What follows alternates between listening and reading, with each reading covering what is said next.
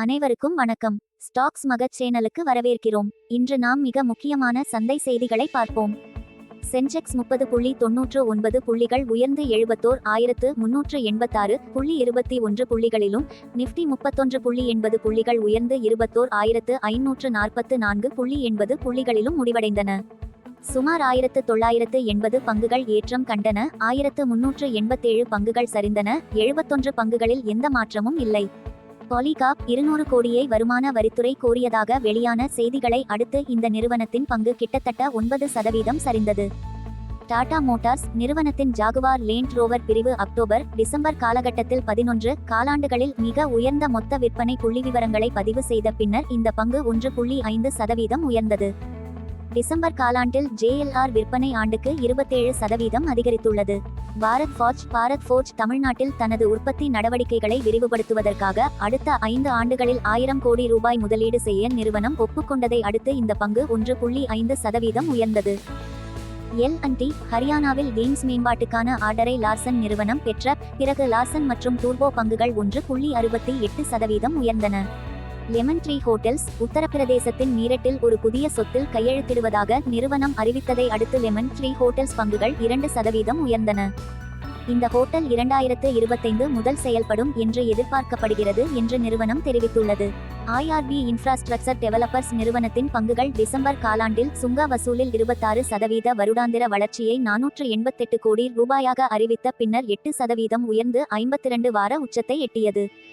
2000 கோடி மதிப்பிலான ஒப்பந்தத்தில் குஜராத் அரசு கையெழுத்திட்டதை அடுத்து ஜென்சால் இன்ஜினியரிங் நிறுவனத்தின் பங்குகள் 3.26% உயர்ந்தன.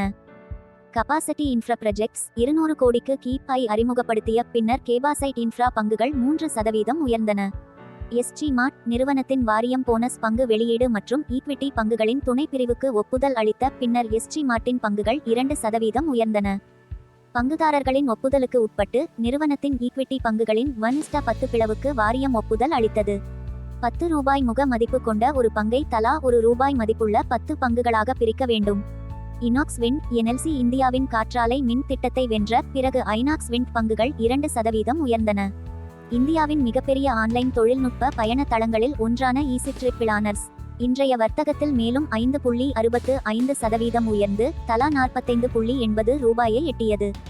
இன்றைய பங்குகளின் அதிகரிப்பு 3 அமர்வுகளில் 12.10 விழுக்காடு ஒட்டுமொத்த லாபத்தை ஈட்டியுள்ளது. நாய்கா பங்குகள் 5 விழுக்காடுக்கும் அதிகமாக உயர்ந்தன, புதிய 52 வார உச்சத்தை தொட்டன. பஜாஜ் ஆட்டோ 6 விழுக்காடு உயர்வு, சந்தை மூலதனம் 2 லட்சம் ரூபாய் கோடியை தாண்டியது.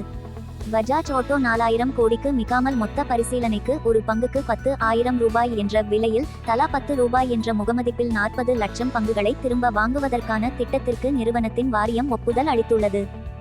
ஜோதி CNC ஆட்டோமேஷன் IPO முதல் நாளில் இதுவரை 63 விழுக்காடு சப்ஸ்கிரைப் பெற்றுள்ளது. ரீட்டெயில் செக்ஷன் திறக்கப்பட்ட முதல் 30 நிமிடங்களில் முழுமையாக முன்பதிவு செய்யப்பட்டுள்ளது. அமெரிக்க முதலீட்டு வங்கி கோல்ட்மன் சாக்ஸ் வளர்ச்சி மற்றும் விகித பாதை ஆகிய இரண்டிற்கும் மேம்பட்ட கண்ணோட்டத்தின் பின்னணியில் நிஃப்டி 50க்கான 2024 இறுதி இலக்கை 21,800 இலிருந்து 23,500 ஆக உயர்த்தியுள்ளது. டைகர் லாஜிஸ்டிக்ஸ் பங்குகள் 8 விழுக்காடு ஏற்றம் கண்டன, ஏனெனில் வாரியம் பங்கு பிளவுக்கு 1:10 என்ற விகிதத்தில் ஒப்புதல் அளித்தது. இந்த அறிவிப்பை தொடர்ந்து டைகர் லாஜிஸ்டிக்ஸ் பங்குகள் செவ்வாயன்று அதிகபட்சமாக ₹868 எட்டின. இன்றைய வர்த்தக அமர்வில் இந்த பங்கு ₹838.50 நிலை பெற்றது. வீடியோவை பார்த்ததற்கு நன்றி. நாளை சந்தை செய்திகளுடன் மற்றொரு வீடியோவுடன் பார்ப்போம். வணக்கம்.